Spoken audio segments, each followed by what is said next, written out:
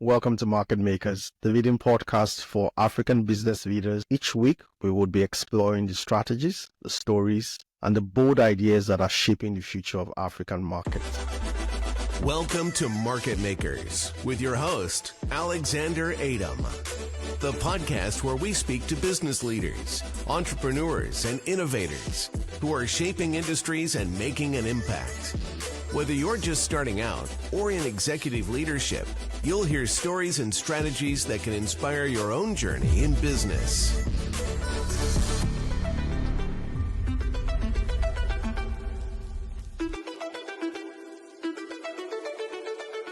Hi, everyone. Welcome to the Market Makers. I'm your host, Alex, and today we will be diving into the crypto and digital payment space. Joining us today is someone who's making very big waves in Africa, specifically in West Africa, Rachael. She's the regional marketing manager at a platform that's changing how people think about money and think about payments across the continent. I'll let her introduce herself and tell us a bit more about what she does. So Rachael, it's great to have you here. Nice to be here, Alex. Thank you for having me. Hi, everyone. My name is Rachael Akalia. I am the Regional Marketing Manager for West Africa at YellowCard Financial. So for those of you who don't know, YellowCard is a platform that is trying to make financial services simple for people in Africa, right? And if you have not heard about YellowCard, so what we practically do is give people easy access to stable coins. So in a world in Africa, it's really, people want to diversify their investment options. We're not an investment platform, but we give people an option to get involved in the world of crypto, but leveraging stable coins. And we do that by pushing like different products. So we do on and off ramp of crypto, just basically stable coins. And then we help businesses that are outside the country, businesses abroad that want to access the African continent or service their clients in Africa. We give them an access to that by giving them our API. So they leverage our API to like make payments within Africa to their clients or their customers. So that's practically what we do.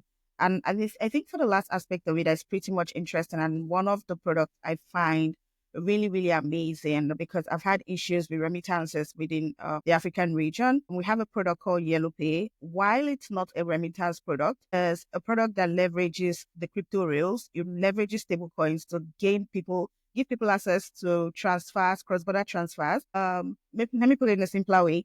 Let's say you're in Nigeria, you want to make a transfer to someone in Ghana. You can send Naira and then the person in Ghana gets Ghana cedis, right? It's an easier way for you to make instant cash transfers instead of going to like your traditional banks or even leveraging Western Union or other platforms that make remittances easier.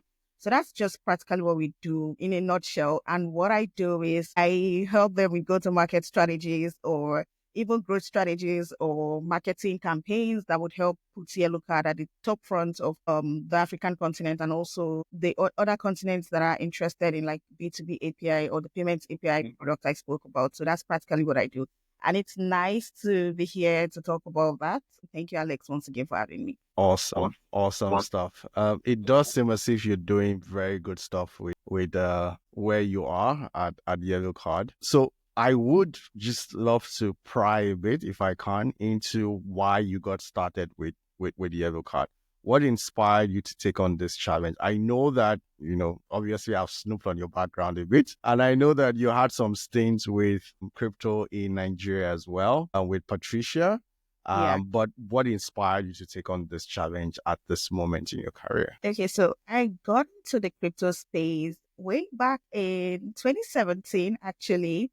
Interesting. And the reason why I got interested in crypto was because I was looking for alternative ways to make money, right? So I like making money. And if there is a way out there that is legal for me to make money and I can leverage that, I love doing that. So that was how I got interested in crypto. And then when I started off, I was really curious about it, right? And that was prior to like the rise of NFTs and other DeFi platforms, you know what. Mm-hmm. And then I got interested. I started learning about it. And I'm like, okay, this isn't actually bad.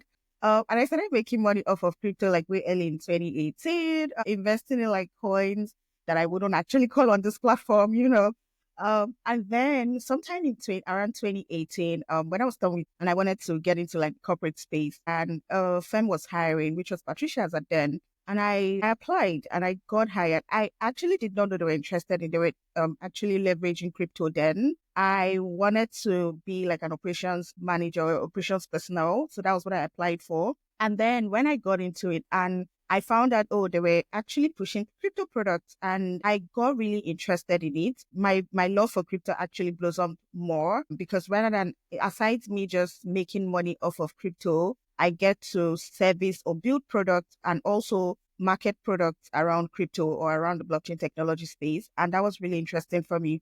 So that was how I started off. And I went through like different roles. I went through like I was a customer care personnel for a while. I dabbled into like content management. I also started off the media department there. And I moved and transitioned to marketing. And that was because I found out that in marketing, within the marketing space, I can get to interact with cross-functional teams. I can get to build products, like work with the product team to build products, work with the engineering team to manage this product, work with the customer service team to, provide top class service to these customers and, relieve them of their pain points. And I also would also build I would communicate this product and educate customers about this product. So that was the main reason why I moved to marketing.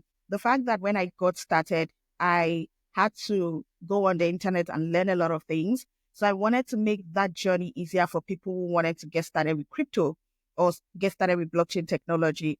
Being in marketing gave me the opportunity to do all of that, to influence the decisions of people making products, the product managers, to influence the decision of the business when they are coming up with product ideas or product features, to also influence the kind of campaigns and how these customers are introduced to this product and introduced to the concept around blockchain technology. And to break it down, if you're in the crypto space, one thing you would ordinarily know of is the fact that there's so many buzzwords. And I wanted to demystify crypto and demystify blockchain technology. So being in the marketing space was one of those things that gave me leverage or access to that.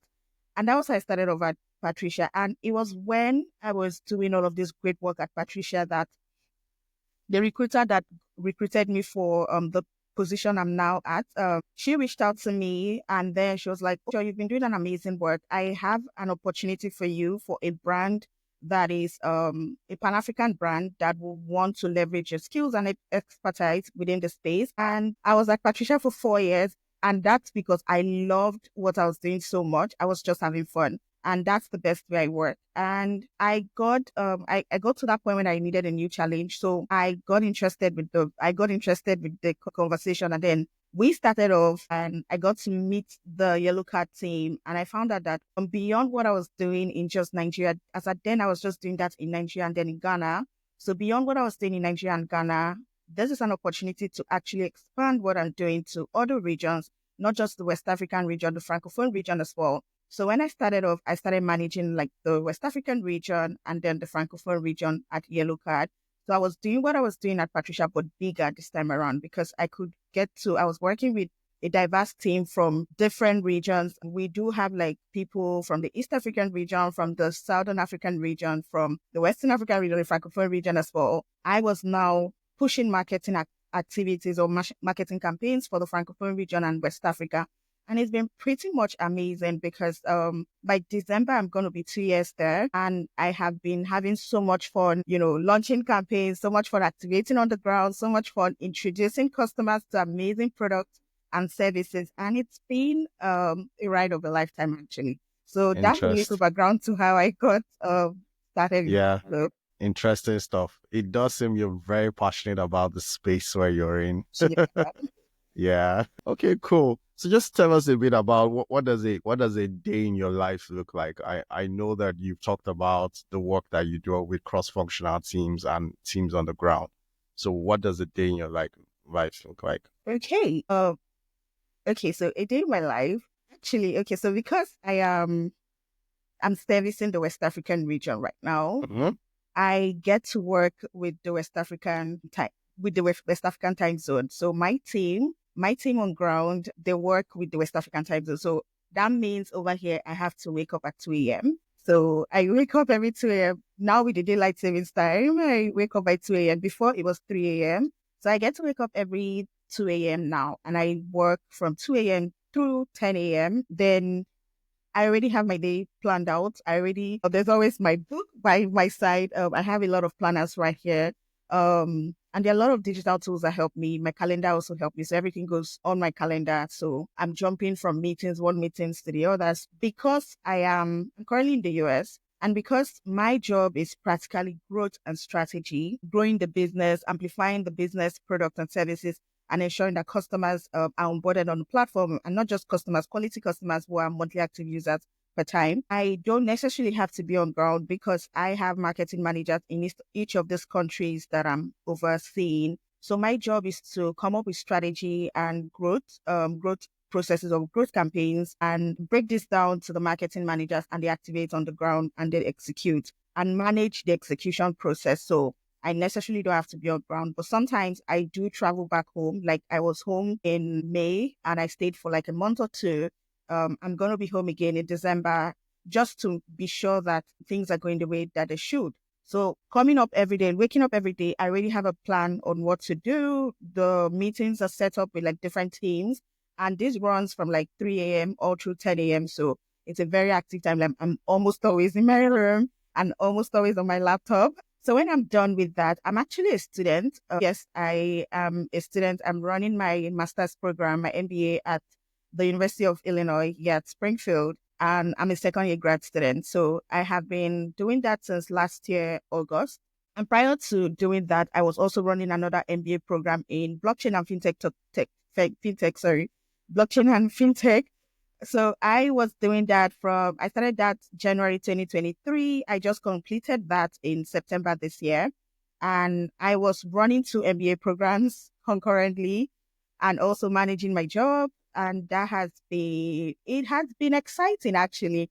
I wouldn't say tasking. It's been exciting because I'm someone who loves challenges and I love trying new things. So doing that opened my eye to like a lot of things. So I knew blockchain technology, the application part of it, and the experiences I've had like talking about this product. But I wanted to learn more about it, and which was why I took my first MBA I had the focus in fintech and blockchain technology, and that was really interesting. And now I am, my second MBA is actually in marketing. My focus is on marketing operations and strategy, which is one of the areas I'm really interested in. I'm also running my certification courses from the Chartered Institute of Marketing at the UK. Currently, I have other exams. I actually do have a power packed week this week because I have like 2 exams coming up this week that is due in the next 48 hours actually. So my typical day is actually a balance of my work life, my personal life, and also the career aspects that I want to push. I'm also involved with a lot of things at school. So I sometimes have to balance that all the time. But the good thing over here is that the time difference actually works to my benefits, because when I'm stopping my day from the West African time zone, I am starting my day over here. And I do go to bed on time. So I find a way to manage that. And it's been pretty much interesting. And it's just shown me that there's a lot someone can do in 24 hours if you actually manage your time very well. Because how am I able to do all of this and still show up? I still find time to travel. I still find time to read a lot of books. But a typical day would have me just working, doing assignments, reading books. And then for my weekends, you would find me probably at the library or at the gym, or just, I'm mostly introverted, right? Unless there's a need for me to go out or attend a tech event. But when it comes to like tech events or to talk about things I love, which is mostly blockchain technology, marketing, and personal development, when it comes to talking about those things, that's where you find the extroverted part of me out. But I'm mostly introverted, and practically my day is fixed on the laptop, if that makes sense. Yes, it does. Interesting stuff, Rachel. Interesting stuff. Really? It does seem as if you have a very full day on your hand every day. I do.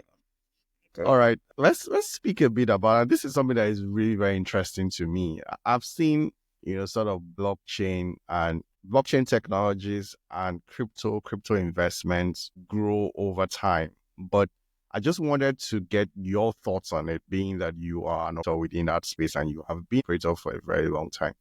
What do you see in terms of the trends and what you see going on, especially in Africa and the African continent, when it comes to crypto and crypto investments? Okay, so for trends, I would say, well, in Africa, I would say Nigeria basically is like one of the most active communities we have within the blockchain tech space and crypto space specifically. And it's one of the markets that has like the highest crypto adoption rate. And that is it's a no-brainer actually, because Nigerians are like really dynamic set of people because they always want to find out what's happening. If you want to, you almost can never stop a Nigerian from gaining a piece of information as long as it's attached to maybe making their lives better or an investment opportunity or an opportunity for them to make money, right? So because we hustle hard, actually.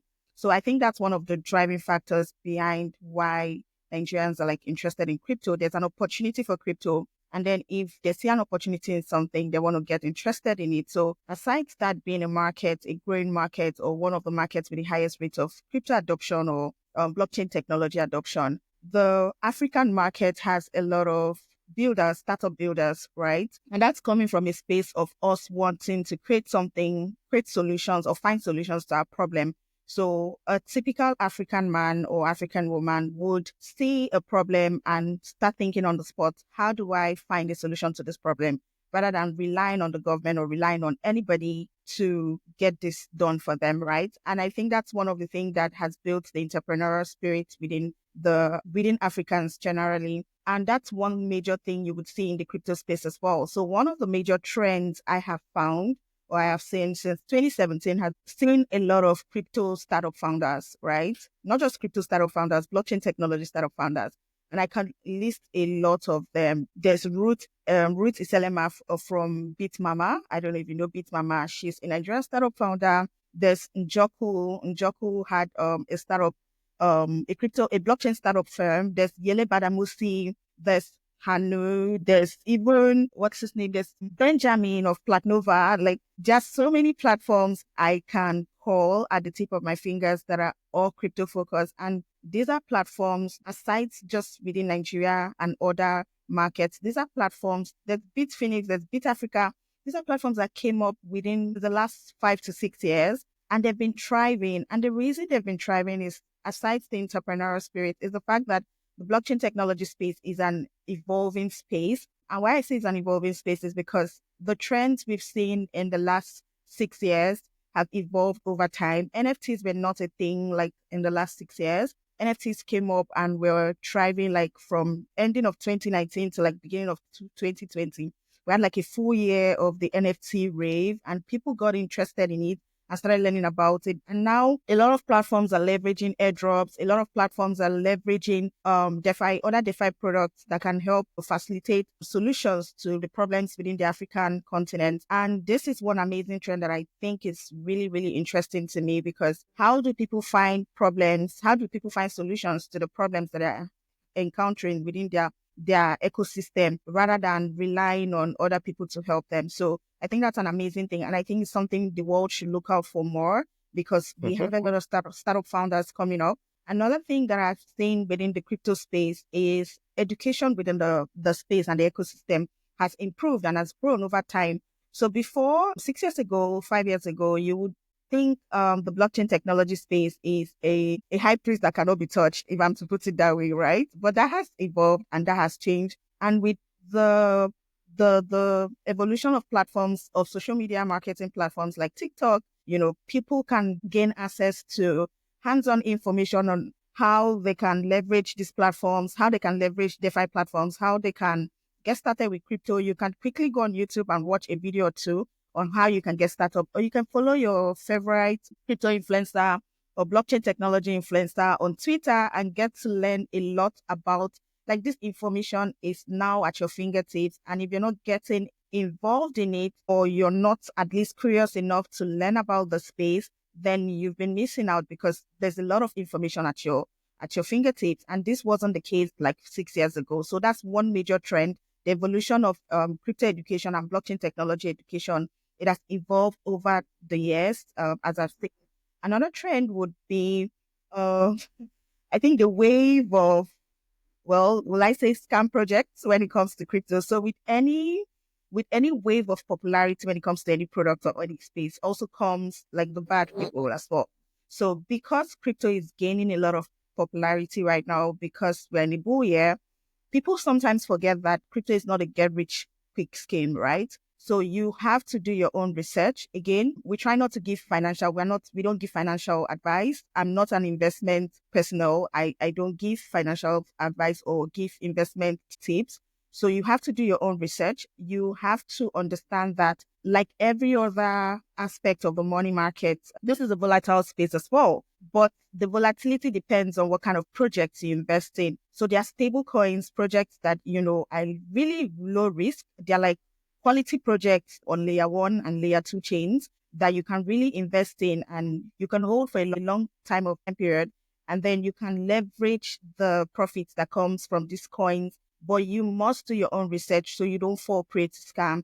But one thing I found is that people would most likely, because of the FOMO around the space, they will want to get involved in like meme coins or meme projects that they don't even understand if there's any backing to it, or even the team that came up with the project or the coin, or they'll want to get involved in like, especially recently, there's been wallet draining scams that are all over the internet. So people, because they want to click on a link and, double their portfolio, they fall prey to the scam. So it's one of the trends that I also seen has been on the rise in the space. And lastly, I think one major trend I would talk about would be the big corporations, getting involved in crypto and how that affects regulation as well. So regulation is an important aspect of the blockchain technology ecosystem, especially cryptocurrency as a use case, because what people don't understand, they're scared of, and what people cannot really control, they're really, really scared of, and they warn people against it. And it's been one of the ongoing conversations, especially within the African space. We've been having conversations with regulators and governments and to see how they can understand what blockchain technology is, how crypto as a use case of blockchain technology can help the ecosystem or help the economy, and how people can be educated about it, and how regulations can come in and be one of the major factors that can help facilitate this growth. So it's one of the things that has been going on for a while. Within the African ecosystem, people are trying to understand what crypto is, but because there's nobody backing it or saying, oh, this is what you should do, this is how you should go about it. So we've been having conversations with like central banks, with the SEC, the Security and Exchange Commission in like different markets, to have them come to a roundtable conversation and understand what these things are about. And there are many communities driving these conversations. There are like different crypto communities in different markets, in different countries that are driving these conversations to see how economies and also how countries can get involved in this conversation and can understand what this is before, they start having regrets years down the line, because crypto is yet to stay.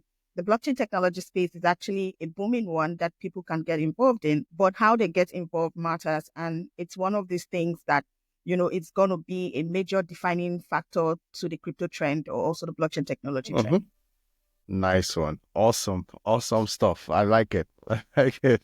So just following up with one thing that you said there, and maybe we could just expand this a bit more for our viewers and our listeners. Would you say that, and maybe I can sort of layer this question, would you say that Africans generally are a bit more vulnerable when it comes to crypto scams and all of this? And would you say there's any particular reason as to why that happens? So that's the first question. The second would be around, you are a regional marketing manager tasked with growth, tasked with adoption, tasked with penetration and all of that. How difficult has it been with getting people? And I know that you use the word quality, and I just took that word, how difficult or easy has it been with actually assessing quality people who want to come onto the platform? So it's actually two questions in one. The first is around vulnerability, and then the second is just around the marketing and how easy or challenging it has been,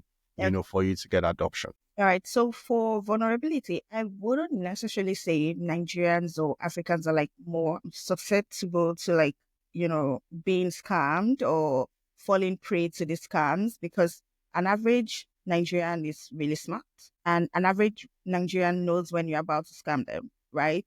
Where I don't know, I think it comes with the package, but just really in the streets they call it street OT or like street smart.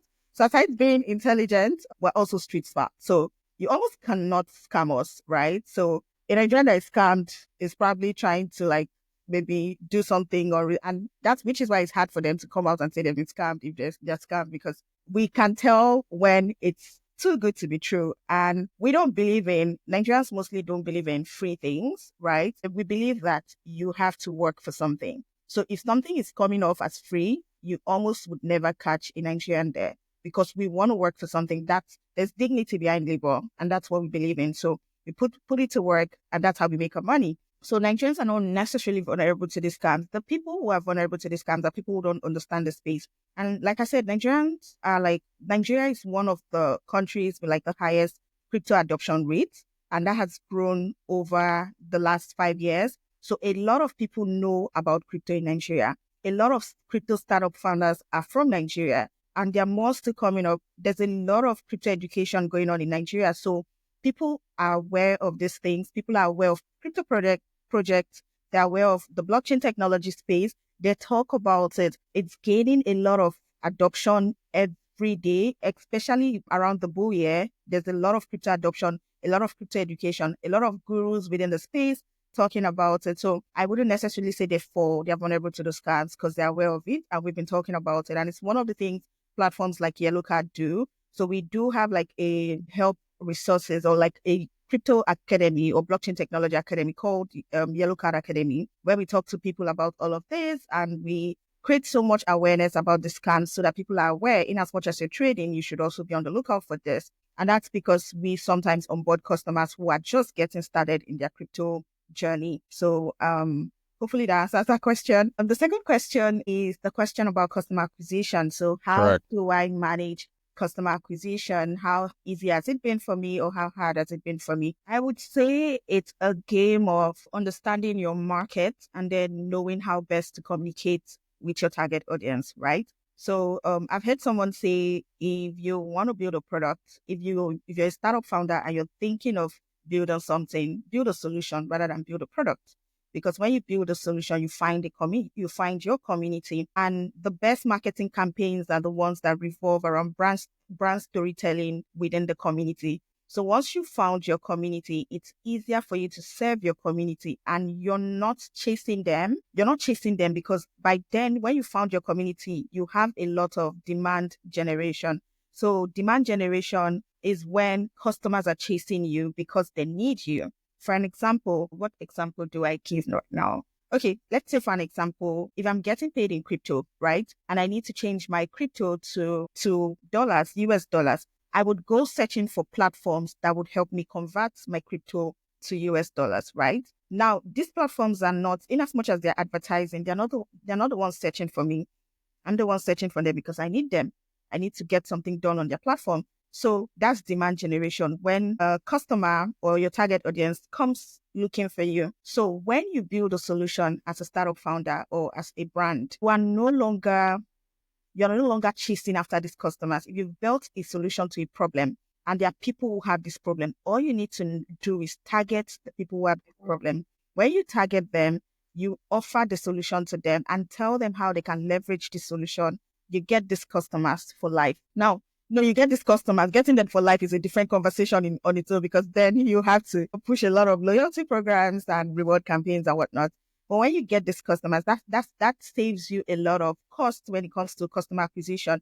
And reducing your customer acquisition cost is what makes an amazing marketing manager. Well, one of the things that makes an amazing marketing manager or also a brand, because you want to keep your customer acquisition cost to the barest minimum. That means you're spending less money marketing and you're gaining more customers and you're gaining new transacting customers. And that's what every brand needs. You're gaining new transacting customers per time, and to be having these new transacting customers convert to monthly active users month in, month out. That's what you want. So it starts with, it's not been difficult for me, I would say, because I already understand the ecosystem I'm in. I understand who my target audience are. I understand the products that I'm marketing to them. So I necessarily do not have to market so much. I just have to tell them what these products will do for them. So I'm selling my products USPs. Sometimes people call them unique value propositions, unique service offerings, whatever you want to call them. So the solutions you're pushing,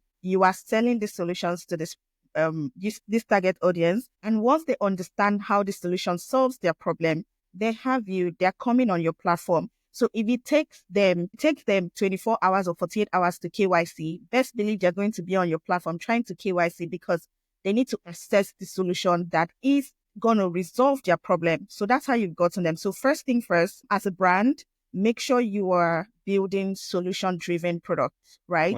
Solution-driven products that would target your audience. Then when you build those products, as a marketing manager for your marketing team, or if you don't have a marketing manager, you're a startup founder, just look for the community that has that problem and then tell them the unique service offerings, like tell them the solutions you're bringing to them and let them find you. They're going to find you, right? So that has been what my strategy to gaining quality customers, because I'm not just looking for anyone and everyone. I understand the products and services that I'm marketing to these customers, to my target audience, and I know how to get them. I know the platform, the customer touch points. I also understand my customer journey, right? I understand this touch point and how to meet them at every touch point, whether at the awareness stage, at the point where they're considering my brand, at the point where they're about to make a decision, when they've made a decision, when they're purchasing, post-purchase, and also building loyalty programs for my customers. I understand that. So because I understand that, my job now would be to communicate what's the best way to communicate to this audience to scale leads for the brand I'm working with, whatever brand I'm working with. What's the best way to communicate to them? Am I pushing content marketing? If I'm pushing content marketing, on what platforms am I pushing content marketing? And first off, I have to understand my audience. Like I said, a huge part of it is understanding your audience. So if my audience are like within the age range of tech savvy young people within the age of 18 to like 35, are they Gen Zs? Are they millennials? What platforms are they on? Are they on TikTok? Are they on Instagram? Are they on Twitter? How am I talking to these different customers? And how am I meeting them at these different customer touch points? So that is what you have to understand as a brand if you want to scale. If you want to gain new customers, acquire new customers, not just new customers, you want to be able to acquire quality customers. And why it's important for you to acquire quality customers is because you also don't want your retention to suffer 6 months down the line. So most brands, you would see them spend so much money, doing events, spend so much money advertising on the wrong places where their customers are not even there. And then you see them, they would gain all of these customers. I call them vanity metrics. They will get all of these customers just so they want to say, oh, we've signed up 1 million customers or 1 million users in the last 6 months. But watch maybe 1 year after that, you see that these customers will turn to dormant customers or they must have churned. And the reason why they've churned is because these are not your audience. They're not your community. They don't have a reason to wake up every day, pick up their phones and like look for your app. So you want to look for customers that your app or your platform is like the top 3 on their minds every day when they wake up, right? And then how are you targeting them? Where are these people located at? How are you talking to them? Are you talking in a language that they understand? Are you even explaining your product? That's when product marketing comes in, right? How are you explaining your product to them? How are you educating these people about your product? Now, aside you targeting people who already need your product, there are people who need your product, but they don't know they need your product. So you also have to make room for that. So which is why I said on YellowCard, we also have we onboard people who want to get started on their crypto journey. So these are people that are not in the space already, but they've been hearing things about the space and they want to get started. So we onboard this kind of people. And the good thing about this kind of people is that they grow, their momentum increases over time. So the more they learn, the more they understand the space, the more they want to get invested in the space. So these people are good for you as well. And the reason why they're good for you is because most of those people, as they gain better understanding within the crypto space, you see them investing more in this space. These are the people that, let's say they're investing $50 every month. By the time they get their paycheck, they're saying, oh, I want to buy $50 worth of BTC and just hold. But the people who are actually on your space, after the bull run, right, they might want to go back and chill and stop their spot trading or their day trading and rest for a bit. But these people who want to hold for a long time are the ones that will probably keep you in business. So you want to find a sweet spot between marketing to both and talking to them about your brand. But how you do it depends on what your goals are as a brand and what are you looking for. There might be brands that are looking for vanity metrics. I don't know. But for me, I wouldn't necessarily advise that for any brand because that's not a great way to scale. and to build a sustainable business, you want to start from get-go, getting the people you want on your platform and getting the people that will keep you in business. Because if you're not making money, then why are you in business? Interesting stuff. Interesting. Thanks a lot, Rachel. Really eye-opening. I believe a lot of our listeners are learning one or two things from a couple of the strategies that you've said today.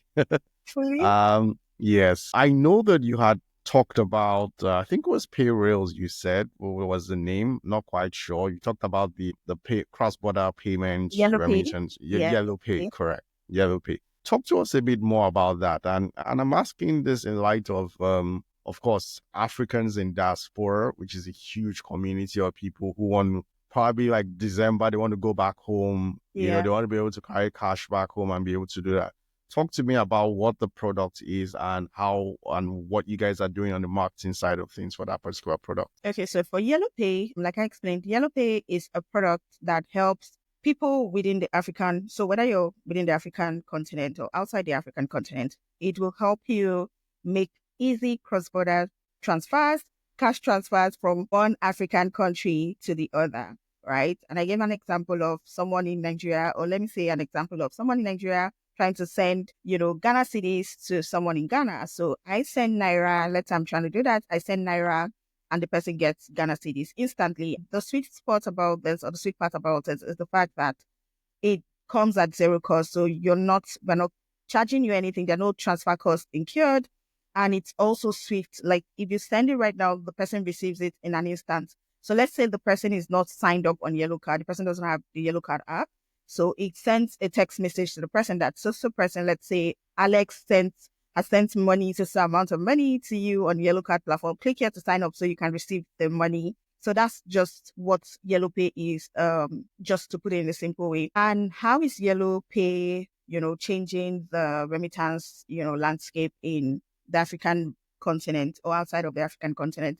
So for people usually within the African continent, if you want to do cross-border transfers, you probably would have to leverage maybe Western Union, and then that's going to take like some days, or you have to go to your traditional finance bank or financial banks and walk in there and tell them you want to do a transfer, and that's going to take charges and it's going to take a long period of time. But imagine sitting at the comfort of your home and easily, because you have stable coins, because you have USDT on your YellowCard wallet, easily taking from your USD, converting it to like Naira or whatever local currency you want to send to, converting it and then quickly sending it to wherever you want to send it to. And the person receives it instantly without any issues. That was a game changer for me, because the reason why I found Yellow Pay as a game changer product, and why I'm so interested and passionate about Yellow Pay, is the fact that 2 years ago, prior to when I joined YellowCard as a marketing manager, a regional marketing manager, I wanted to do a transfer I had a friend in Ghana that wanted to buy a phone. He wanted to send money to me to help him get a phone in Nigeria, because the cost in Nigeria was cheaper than in Ghana. And he was trying to look for a way to send money to me, to send Ghana cedis to me. And he didn't want to make payments, do Western Union or go to the normal banks because of the charges. There was no way he could do that. There was no platform he could leverage to do that. I didn't know about that. And that was how he didn't end up buying the phone, right? So when I joined YellowCard, a few months after then, I was so excited to call him and tell him about Yellow Pay. And he's been using Yellow Pay for the longest time since then to do transfers. And why it's also important for those within the African continent is the fact that Africans travel a lot. So when we hustle hard, we also want to party hard, we want to rest as well. So sometimes when people are traveling, it's hard for them to change money. Like you have to buy dollars to want to travel. So instead of doing that and going through that hassle, just have once you have funds on your YellowCard wallet, once you go to any country you're in, you just need to convert, you're sending that to yourself, and you can withdraw in the local currency and use it in that country, instead of just spending money buying dollars and then having to change dollars to the local currency when you travel. So that's one way it's a game changer for people traveling. And now for people who want to send gifts, we have, let's say, for an example, we have Nigerians who have kids studying maybe in Ghana or in Kenya, and they want to pay their kids' school fees. Again, you would have to go through the traditional banks, but you can easily make this payment directly to the child or directly to the school using Yellow Pay. It's such a game changer. And the fact that it's instant, You don't have to waste time. You don't have to verify anything. You just, from the comfort of your home, do your transfer, and in a split second, the person gets it. And these are just the examples. So people who are outside the country, and we do have campaigns that are coming up tied around the Christmas season for people who want to send, gifts, Christmas gifts or money to loved ones in different African markets. It's a game changer campaign. So just be on the lookout for that. If you are not on the YellowCard platform, you should be following YellowCard so you can learn more about that and leverage those kind of campaigns. But yeah, we have a lot of campaigns that talks to people around that. And then we do have multiple touch points that targets people traveling from like different markets to traveling from one African country to another. Once they land at the airport, you get to see ads like that. Same way a T-Mobile will send you a text message when you're traveling you're currently at this maybe this African country, room or your T-Mobile to access, to stay online while traveling, all of that. So marketing touch points like that are really important to the product YellowPay because it targets the kind of people we want to leverage the product. Now, for people who are outside the country and want to travel back home, a lot of Nigerians, a lot of Africans will be traveling back home during this Christmas period to spend the festive season with their families or their loved ones. So how you can hedge your funds against inflation, right? One, and this is not financial advice though, but it's just a tip. How you can do that is just, you can quickly like hop on the YellowCard platform and, get this your funds, get this your USDT. So you can hold this USDT, right? And then when you get back home, you can easily change your USDT to the local currency you want to spend in, right? So instead of, going back and changing at the airport or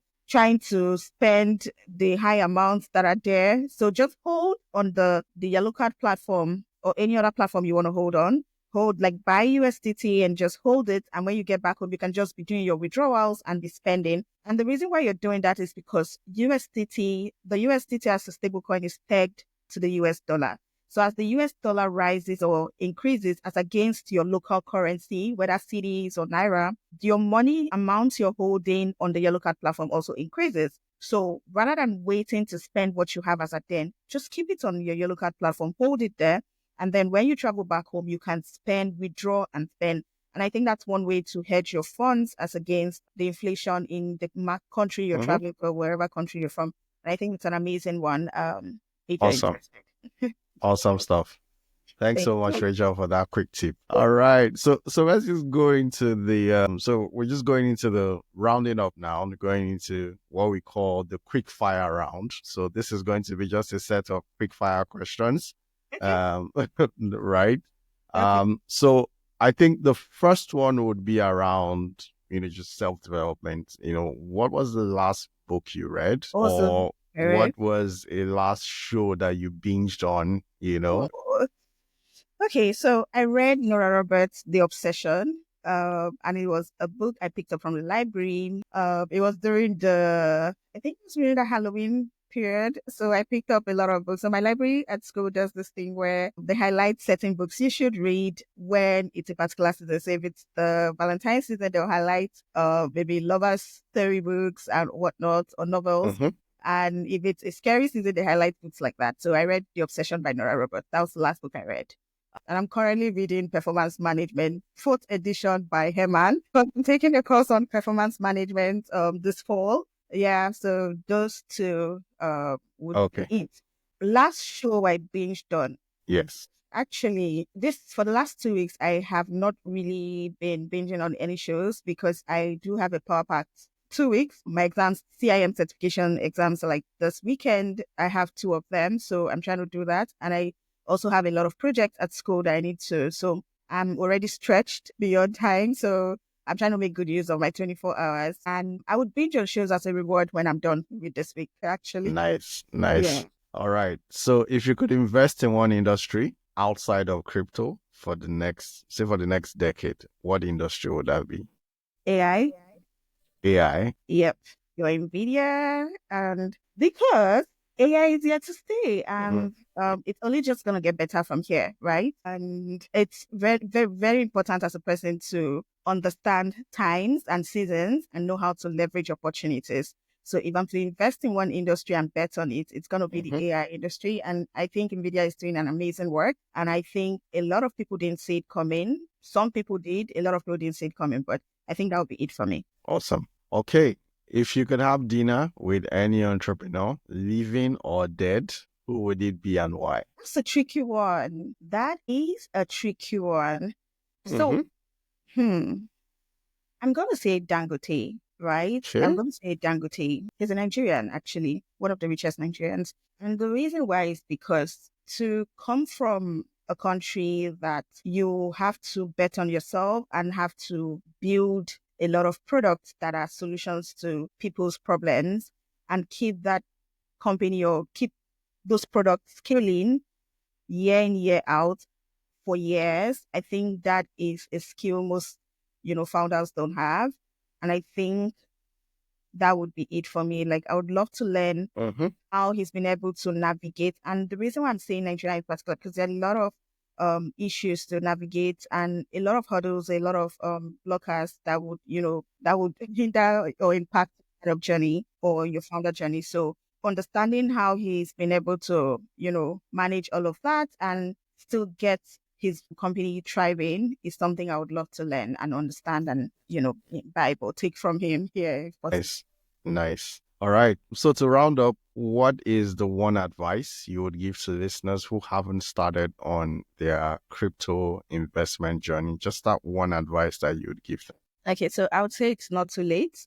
Whenever you start, it's like your morning. There's a saying in Igbo that I wouldn't say it's in Igbo, but it just practically means whenever you wake up, it's your morning. Like whenever you wake up, it's your morning. So I would translate it as whenever you wake up mentally or you realize an opportunity and you take action with regards to that opportunity, is your starting point. So it's your morning for you. So don't feel like, oh, maybe you missed out on buying BTC when it was 20K and now it's at Mm-hmm. 94K. Don't feel like you're missing out or you missed out. You can still get started. But what I would say is understand why you're getting into it, right? And also leverage your risk, right? And do your research. Understand the projects you're getting into or the tokens you're backing or buying off of. You can go for low risk projects. Again, not a financial advice, but you can go for low risk projects, understand the team behind this project, understand the use cases behind this project. Mm-hmm.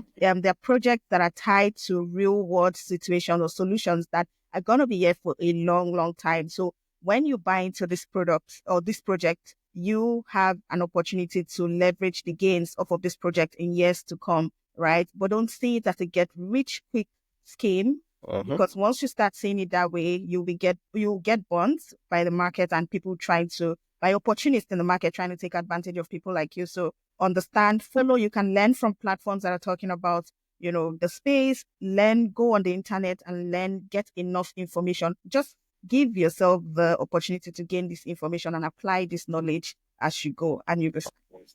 Awesome stuff.